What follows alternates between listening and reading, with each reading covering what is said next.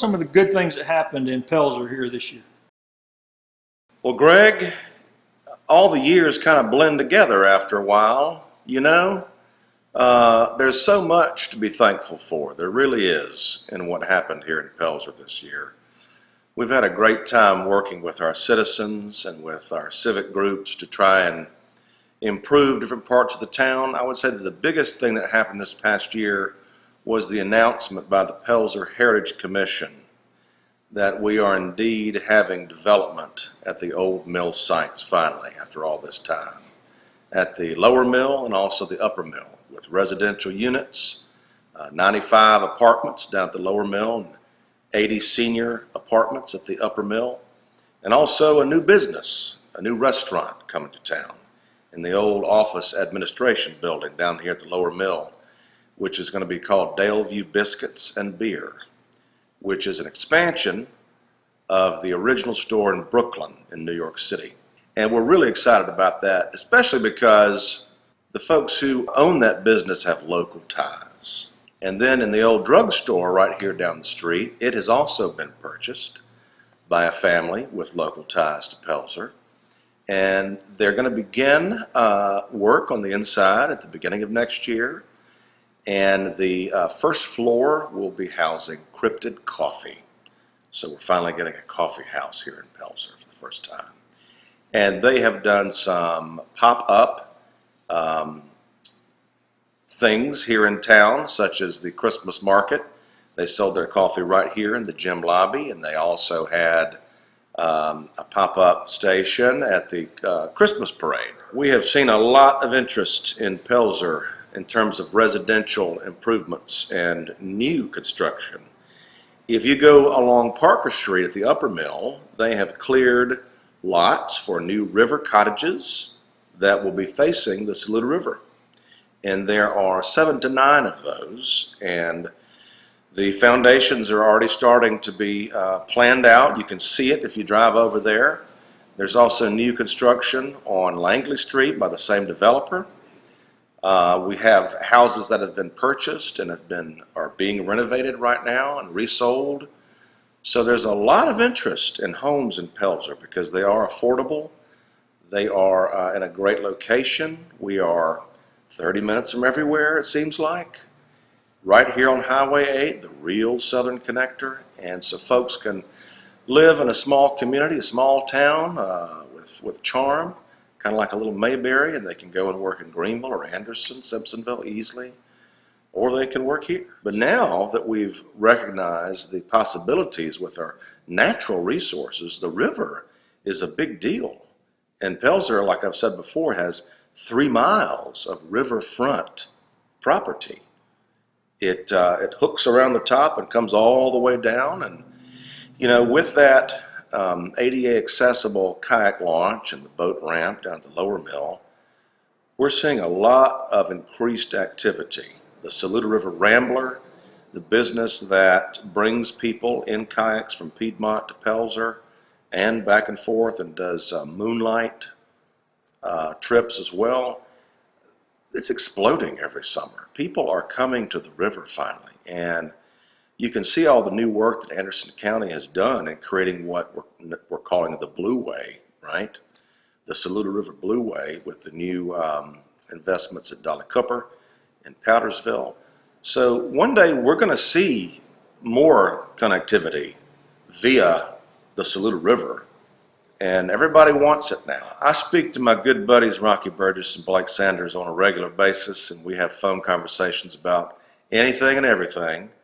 And Rocky has done a great job in Williamston. I mean, what a fantastic job he's done. And they are aggressively working on a trail system. It's in the works, and they're going to see some progress on that in this coming year.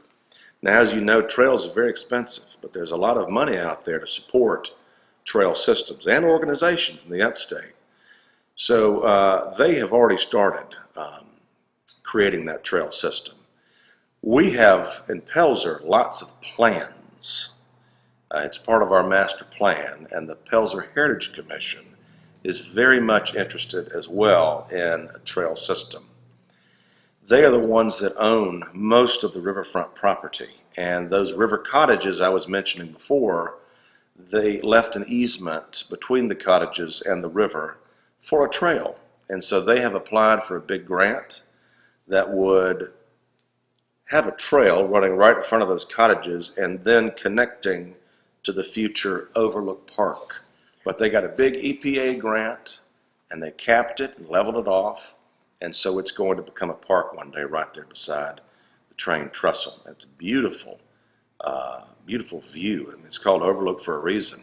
So it's kind of a high up plateau, and you can see the river as it curves around beyond the train trestle. It's beautiful.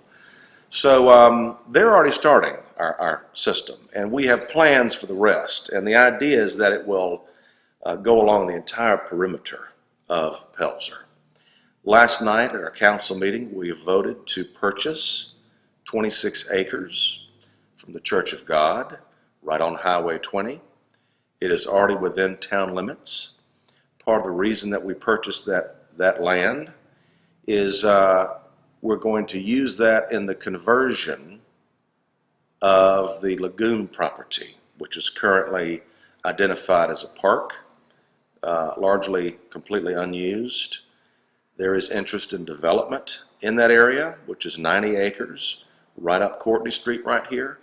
But in order to do that, we have to identify property that can become a new park so that we convert that property with new property. And we identified this tract of land, which is right across the street from the upper mill, as perfect lot to help in that conversion, but also as a place for us to create new recreation, perhaps some nature trails, etc. It's a beautiful piece of land.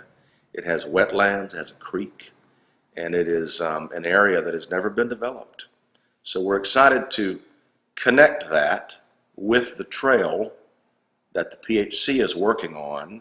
Hopefully it can go under the Highway 20 bridge and then connect to the area of land, more wetlands, that the town of West Pelzer is leasing and received some PARD money to create some boardwalks and shelters, etc., modeled after the Conestee Preserve. So it would be great for us to connect the Pelzer trails into the West Pelzer trails and eventually down into Williamston. That's the main goal for we three amigos, is to connect everybody through those walking trails, which, I mean, how cool would that be? Get on your bicycle and go anywhere you want, feel safe about it, and to get people outside and seeing each other again. I mean, we've been cooped up for so long. This is a perfect way to safely enjoy nature and the outdoors and become active again. Our holiday market, our Christmas market, was a big success. We had over 60 vendors. It was a huge deal right out here in the parking lot.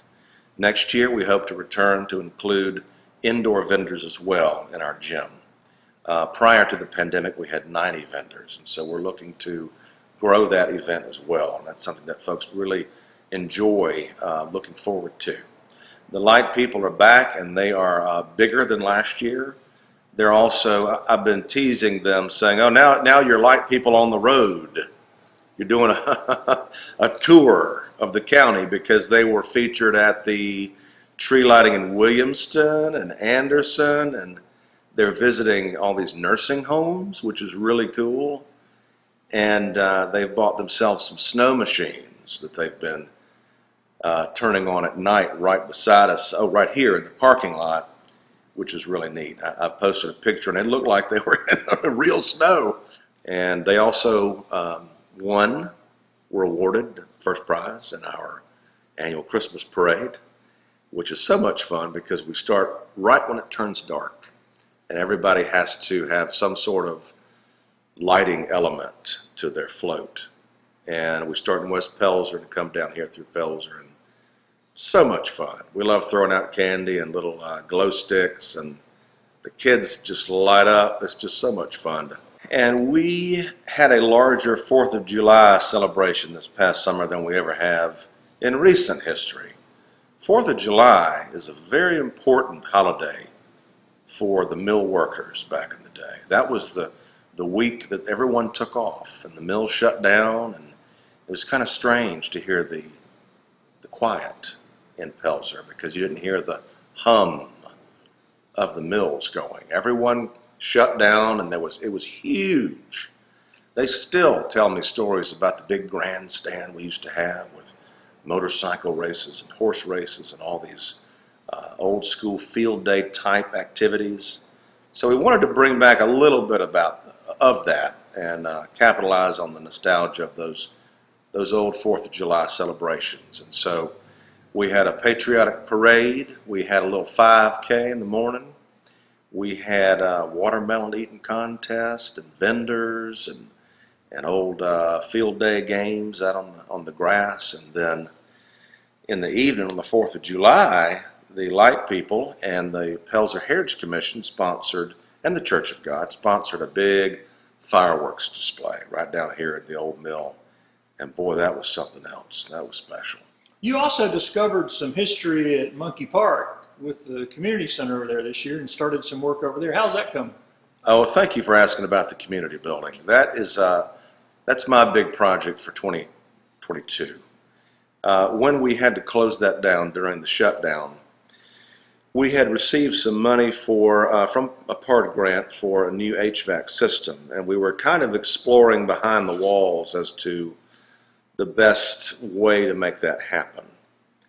And during that exploration, we realized that the original structure had been covered up 30 years ago with a drop-down office ceiling and just some cheap panel walls that were non-load bearing. And so I said, okay, let's go ahead and start this process. We keep talking about wanting to renovate this place, and it's time. So I had the maintenance staff remove all of that to save some money and get the ball rolling on this thing. And in doing so, we revealed the original beadboard walls, very large windows, beautiful vaulted ceiling. I had heard about them playing basketball in there at one time, and I thought, how is that possible? But once we took all that down that was put up in the early 90s, you could see what was behind it. And so that began the talks of actually doing something with the renovation. And so I had some architects come out and look at it. We've been exploring historical tax credits, which will be a great way to get some of that investment back. As you know, we sold our cell tower, and we have some money that we could put towards that renovation. It originally was an open-air skating rink dating prior to 1910. Same roof, same floors, but it had like a low wall and, of course, the supports for the roof. But they'd go out there and roller skate back in the day, 100 years ago, roller skating in the Monkey Park. So we'll have a full kitchen. We'll have brand new bathrooms added on to the side, hopefully. I'd like to have a small stage and some sort of lighting and sound system and an outdoor deck area so that it will be a premier venue that folks can rent out and use for the milestones in their lives, whether it be wedding receptions or birthdays or anniversaries or whatever. It can be the perfect opportunity for folks to get together in a beautiful, historic, completely renovated facility that you can't find around here in terms of its size.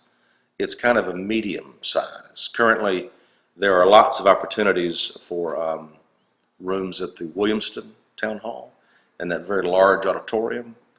And of course, there's a small, little tiny community center over in West Pelzer. But there's not much in terms of a medium-sized venue. So it'll be a revenue-producing asset for the town of Pelzer. But more importantly, we're saving one of our historic structures. So we've got to hold on to what history remains, because that's who we are. That's Pelzer's identity. And it's important that we save that because it makes us unique. We redid the little lobby in the town office. We're calling that the town office because it is just a big room with a little tiny lobby. But it was pretty dreary and drab in there, and we spent some time and money making that look nice, because it is a lot of times for some people the first impression of Pelzer. So the old hospital, eventually we would like to make that into a proper town hall where all municipal services take place. And there's a large waiting room for the old hospital that can become our council chamber. Right now we're meeting in this lobby of the gym. And of course we'd like to restore fully this gym and make it look like it did when it was built in the 20s. And the one thing I don't know what to do though, Greg, and if anybody has a good idea, please let me know.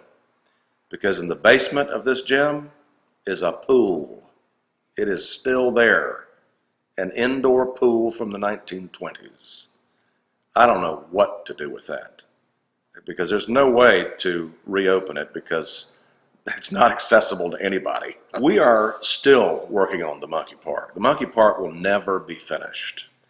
We did a lot of initial cleanup, like you said. All trees that were dying or dangerous were removed in the stump's ground. We have raised the canopy of all trees to about 20 feet so you can see right through. We did a survey to find out where the property ended, and we have a beautiful new fence that has been put up along the perimeter of the monkey park, so we not only we know where it ends, but it's very attractive, and it also has cut down on traffic of vagrants who used to hang out and hide and sleep in the monkey park when it was neglected. And we added a bunch of lights. We fixed up the picnic shelter, did a lot of painting of the shelter, the bathrooms, and the playgrounds. We added new playground equipment, and we have done some planting of some new trees recently. We also graded the hillsides next to Levee Street so they are safer, and they can also be ready for new landscaping. So we're kind of setting the stage for reinvestment in that park. Yes, it's cleaned up. Yes, it looks good. But now is the time to figure out how are we going to make it a destination, an attraction for Pelzer. Could you imagine moving here from the Appalachian Mountains with your family and working in the mill all day and then going to see exotic animals right up the street? And apparently there were a lot of monkeys. I mean, a lot. And they would, have babies. And I mean, that's why it was called the monkey park, And I was speaking to one resident who remembers when he was a child, the last monkey in the monkey park. And we're already moving ahead to January. We've got a one-weekend show called a Broadway Cabaret, where performers will be singing standards from the golden age of Broadway musicals. That's January 7 through 9. So there's only 4 shows, a Friday night, 2 shows on Saturday, and a Sunday afternoon. And that's something we've done for several years now that people seem to enjoy. It's just a simple evening of entertainment of those old classic Broadway tunes. And then at the end of January, we're bringing a classic to our stage that we've never done before, Driving Miss Daisy. So I've got some good friends in that show. It's a play that I've wanted to produce at Milltown for many years, but we were looking for the right opportunity, and it seems like 22 is the time to do it. So Driving Miss Daisy will be on our stage, followed by a concert of beach music tunes with a live band that we've called Under the Boardwalk. That's going to be a hit, I'm telling you right now. And then after that in June, we're bringing a Southern comedy, which is the sequel to the Red Velvet Cake War. It's called Rex's Exes. And it is ridiculous and hilarious, and folks will really enjoy that. And then the big summer show is the Hank Williams musical biography called Lost Highway, all about the life and music of Hank Williams Sr. And in the middle of all that, we also have a Pelzer Gospel Homecoming and classic country, which we have done in the past every year, which has been crowd favorites. So there's a lot going on in 22, and on top of all of that, Greg, Milltown Players is expanding to Simpsonville. So we'll have 2 locations with 2 seasons, and we get things started in Simpsonville in 2022, probably in the summer. We are, of course, swearing in a new member of council who is returning, who has been on council in the past. Her name is Donna Ide, and so she'll be part of the new council come January. We have a new planning commission. We'll have a new zoning commission. We're catching up. You know, since we annexed the town fully a couple years ago, we've had to catch up and have these things that we haven't had in the past. And so we still don't have town taxes or business licenses. We aim to update the business licenses in 2023, which will bring some added income, a little bit, to the town. We're not allowed to have city taxes because of Act 388 in the General Assembly. And I have been reaching out to our representatives to see if that can be amended so that we can have municipal taxes. I think some of the biggest things that may be happening in the first quarter include seeing some progress on the sale of our sewer system and water system to Rewa and Greenville Water, respectively. That is a massive undertaking, one that we've been discussing for years. What does that do? Well, right now we own and run those systems, and we have 3 people on our maintenance staff who are basically in charge of maintaining and fixing all those problems. And we feel like it would be better for the residents to come into the modern age and have these companies run these systems. They will be giving the town some money for that, which is always great. And then they have told us that their water bills will be less expensive. Another huge thing is the American Rescue Plan money that we received, over $300,000. We'll get the other half next year. And in January, we're going to talk about how we're going to spend that money. It has to be on items that are approved by the federal government.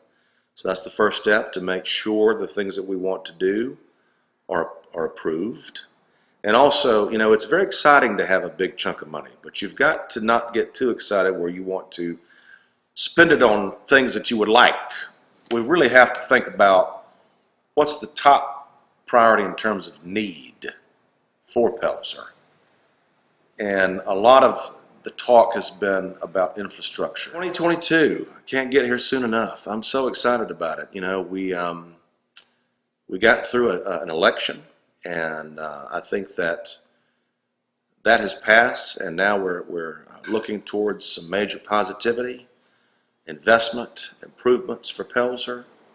Looking forward to restoring that old community building, improving our parks, and attracting new businesses to this community. I mean, there's nothing better than understanding the full potential of Pelzer and its citizens. And if we can come together, work together, get on the same page towards a common vision, there's nothing that's going to stop us.